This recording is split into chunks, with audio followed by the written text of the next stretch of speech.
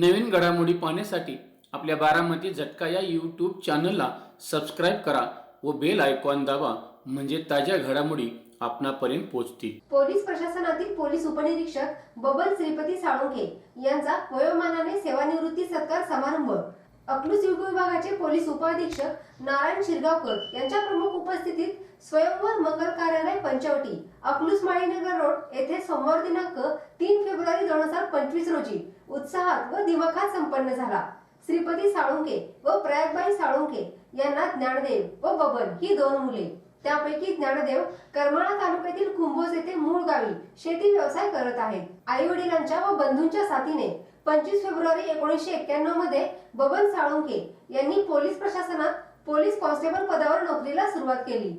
Police प्रशासनात constable पदावर सुरुवात करून हवालदार, सहाय्यक फौजदार तथा सहाय्यक पोलीस उपनिरीक्षक व फौजदार तसेच पोलीस उपनिरीक्षक अशा पदापर्यंत नोकरी करून 31 जानेवारी 2025 रोजी पुणे जिल्ह्यातील बारामती ग्रामीण पोलीस स्टेशन येथे त्यांची सेवा संपली आहे।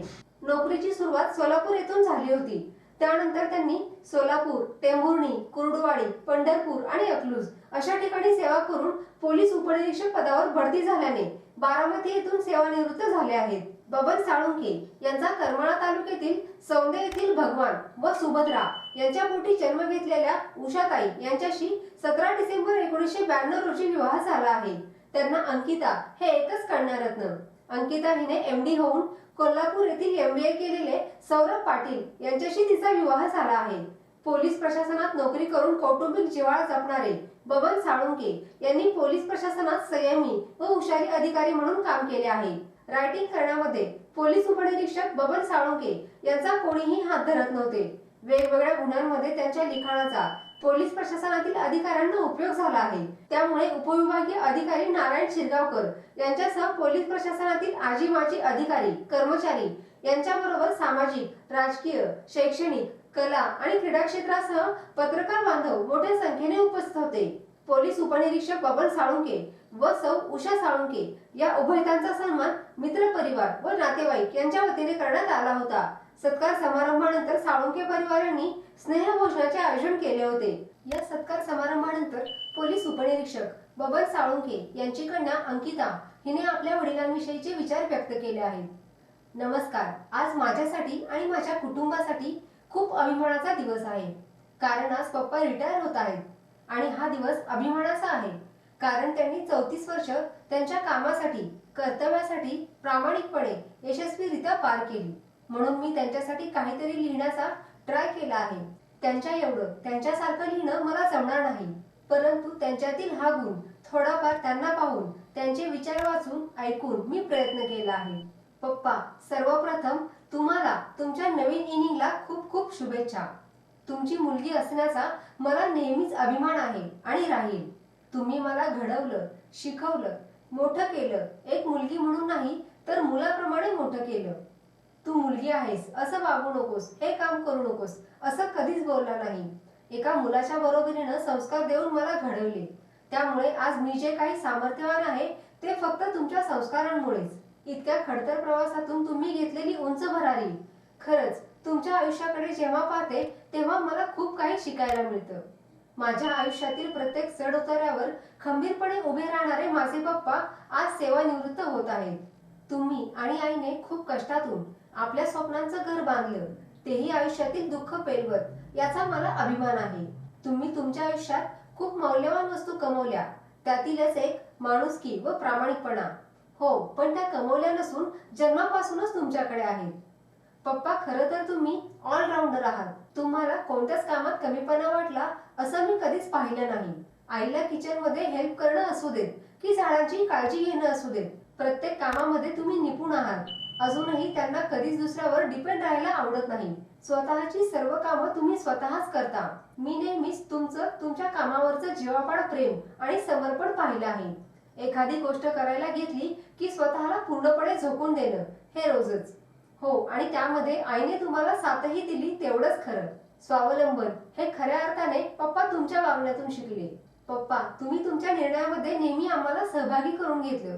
चर्चेमध्ये, एखाद्या डिस्कशन मध्ये तुम्ही आमच्या मतांना महत्त्व दिलं। मी सांगतो तेच खरं असं न समजता आमचा विचार घेऊन बदल केले। जुन्या विचारांना धरून नवीन विचारांची साथ देत राहिलात, त्यामुळेच आज तुमचं आणि माझं नातं स्ट्रॉंग आहे. पप्पा, तुम्ही नेहमी सांगायचात की स्वतःची कामं स्वतः करत जा. इनफॅक्ट कोणती डॉक्युमेंट्स असू दे, काही घडलं तर मी हेल्प करेन, पण तू पहिल्यांदा ट्राय कर. आणि त्यामुळेच एक कॉन्फिडन्स बिल्ड झाला. हा प्रवास एवढा सोपा नव्हता. तुमचं 24 तास देशसेवा, कर्तव्य, समर्पण यामुळे आम्हाला खूप कमी वेळ मिळाला.